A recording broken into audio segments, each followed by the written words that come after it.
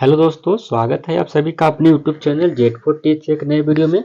दोस्तों, आज के इस वीडियो में हम लोग क्लास 10 का जो सेंटअप का एग्जाम चल रहा है उसके रिगार्डिंग मैथ के काफ़ी इंपॉर्टेंट ऑब्जेक्टिव क्वेश्चन को देखने वाले हैं। जहां दोस्तों सेंटअप का एग्जाम जो चल रहा है जो कि 21 तारीख को आपको मैथ है, 21 नवंबर को। तो आज के इस वीडियो में उसी के लिए काफ़ी इम्पोर्टेंट क्वेश्चन को देख रहे हैं।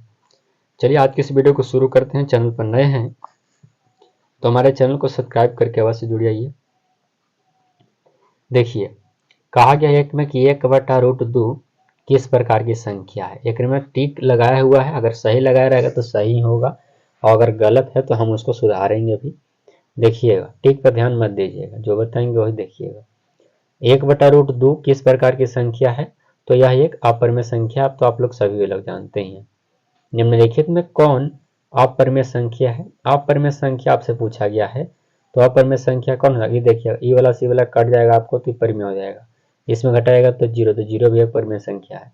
और ई आपको कट जाएगा 4 बार में, 4 का वर्गमूल 2 होता है तो 6 आएगा, ये भी परिमेय है। लेकिन ई जो आपको दिया गया है परिमेय नहीं है। पाई का मान मत बैठाइएगा तो गलत हो जाएगा आपको।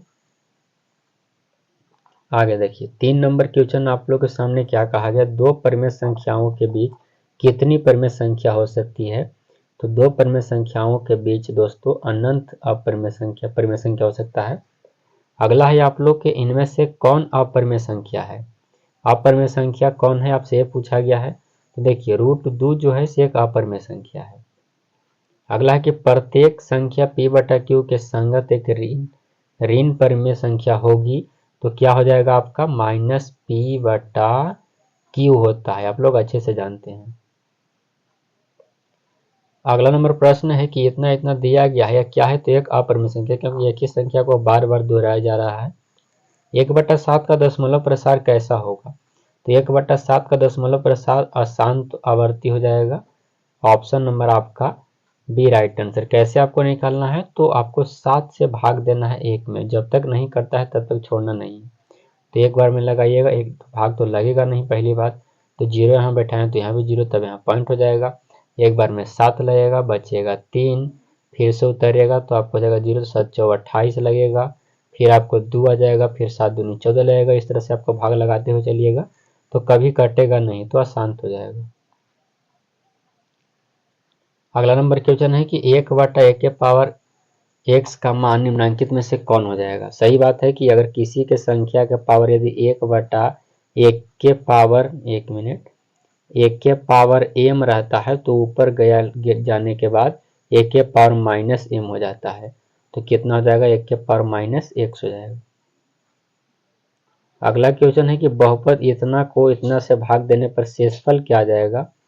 शेषफल आपसे पूछा गया, यानी x+2 को आपको भाग देना है 2x³ में, 2x³ प्लस 3x+1 में भाग देना है। ये आपको 6 क्लास में ही सिखाया जाता है। तो इस तरह से यदि आप इसको भाग दीजिएगा तो शेषफल कितना आएगा, 3 आ जाएगा। थोड़ा सा स्पेस की वजह के कारण मैं आपको अच्छे से बना के दिखा नहीं पा रहा हूँ। अगला है कि बहुपद इतना इतना के शून्यकों का योग 6 है तो k का मान क्या हो जाएगा। k का मान आपसे पूछा गया, शून्यकों का योग होता है यानी 6 देले है और अल्फा प्लस बीटा बराबर सूत्र होता है -b/a। तो -b के जगह पर आपको -3 है तो 3 के केवल हो जाएगा और 1 के जगह पर कितना हो जाएगा, 2 हो जाएगा। तो 3 दूनी 6 आ जाएगा। k यहाँ पर 1 बचेगा तो 1 में k से गुना करेगा तो k, और 2 में 2 से करेगा तो कितना आ जाएगा, 4 आ जाएगा। सही उत्तर ऑप्शन नंबर डी। अगला है कि घात 2 के बहुपद को क्या कहते हैं। तो घात 2 के बहुपद को द्विघात कहते हैं। चलिए, हम लोग 11 तक देख चुके हैं, 12 नंबर क्वेश्चन से देखते हैं। देखिए, एक त्रिघात बहुपद इतना इतना के एक शून्य कितना दिया है तो बाकी शून्य क्या हो जाएगा। तो इसको काफी लंबा प्रोसेस त्रिघात बहुपद का, तो 1 और -1 आ जाएगा। निम्नांकित में से कौन द्विघात बहुपद है। तो द्विघात बहुपद x² - 3x+4 हो जाएगा। ऑप्शन नंबर बी, जिसका घात 2 होता है उसे द्विघात कहते हैं। किसी बहुपद का एक शून्यक 2 हो तो p×x का एक गुणनखंड कौन सा हो सकता है। एक शून्यक 2 हो तो x-2 गुणनखंड हो जाएगा, और क्या होगा, x-2 कहीं पे। Option number B. अगला प्रश्न है कि शून्य बहुपद का घात क्या होता है, तो अपरिभाषित होता है ऑप्शन नंबर बी।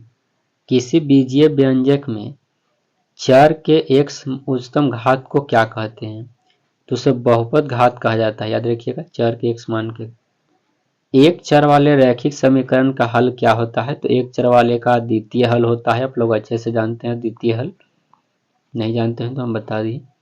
अगला प्रश्न है कि दो चर वाले रैखिक समीकरण युग्म को हल को कौन होता है, तो एक बिंदु होगा दो चर वाले का।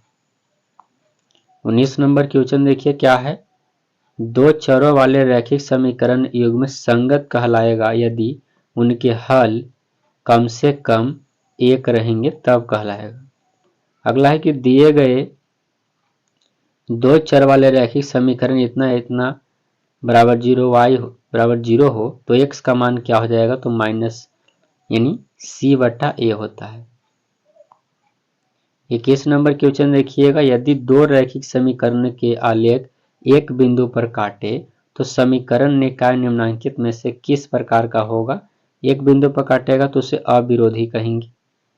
यदि किसी भिन्न का अंश x और हर y हो तो भिन्न क्या हो जाएगा, तो x बटा क्या हो जाएगा, y हो जाएगा। यानी ऑप्शन नंबर सी आपका राइट आंसर हो जाएगा।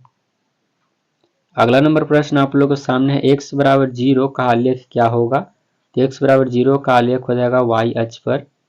अगला प्रश्न है कि 2x प्लस 3y माइनस 9 बराबर 0 और इतना बराबर 18 को रेखाएं क्या हो जाएगा, तो रेखाएं संपाती हो जाएगा। किस तरह से, आपको 2/4 बराबर 3/6 बराबर 9/18, तो 1/2 कटेगा तो 1/2, तीनों के तीनों बराबर हो गया।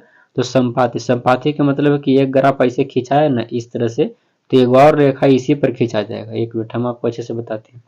जैसे एक ग्राफ आपको इस तरह से खींचे तो दूसरा का जो आपको रेखा आएगा वो इसी पर आ जाएगा। इस तरह से आपको पता नहीं चला कि इस पर दूसरा रेखा भी खींचा हुआ है इस तरह से। चलिए आगे बढ़ते हैं, अगला क्वेश्चन देखेंगे क्या कहा गया है।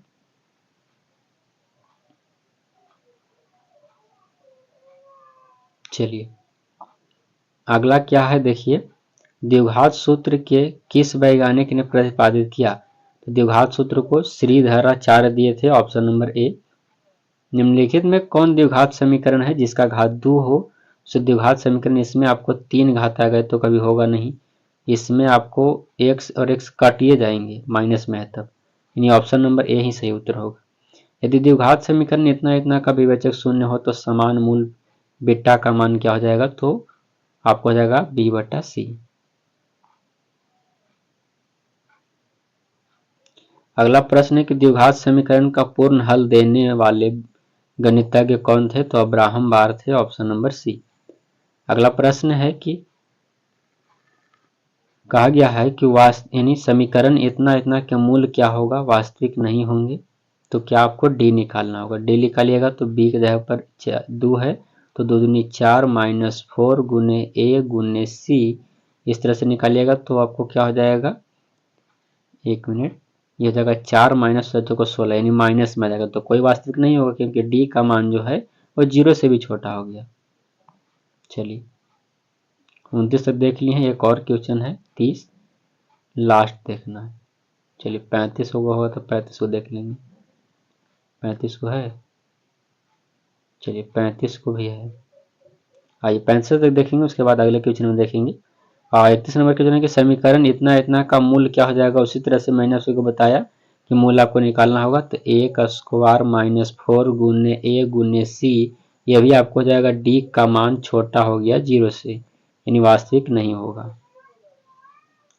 अगला प्रश्न क्या है, इतना इतना के मूल क्या हो जाएंगे, तो देखिएगा आपको दिया गया है कि ए स्क्वायर पी स्क्वायर और x square minus Q square बराबर आपको 0 दिया गया है। तो हम यदि एक्स स्क्वायर बराबर लिखेंगे तो ये चल जाएगा उधर, यानी क्यू स्क्वायर और बट्टा हो जाएगा आपको ए स्क्वायर और पी स्क्वायर। तो इसका आपको वर्गमूल कर दीजिए, यानी ए बट्टा क्यू पी, ए बट्टा क्यू पी, यानी ए बटा Q P option number D में है, क्यू बटा मतलब वही। अगला देखिए, संख्याएं 4 एवं 12 के बीच समांतर माध्य आपको निकालना है, तो कितना हो जाएगा, जोड़ दीजिए 4 और 12 कितना हो जाएगा 16, 16/2 यानी कितना आएगा 8 आ जाएगा सही उत्तर। अगला नंबर क्वेश्चन क्या है कि समांतर श्रेणी इतना इतना का कौन सा पद 78 है। सही उत्तर दोस्तों 16वां पद ए निकालना होगा आपको। देखिए यहाँ से आपको हम अगले वीडियो में इसकी बात करेंगे, तब तक मैंने आपसे कुछ जितने भी क्वेश्चन कराया करा में से आपको 10 क्वेश्चन तो 100% आपको लड़ेंगे। बाकी वीडियो को शेयर करिएगा जिनको भी सेंटअप का एग्जाम है 21 नवंबर को क्लास 10th का। यहाँ तक देखने के लिए बहुत बहुत धन्यवाद दोस्तों। चैनल पर नए हैं तो चैनल को सब्सक्राइब करके हमारे चैनल सेवा से जुड़ जाइए। मिलेंगे नेक्स्ट वीडियो में, तब तक के लिए जय हिंद दोस्तों।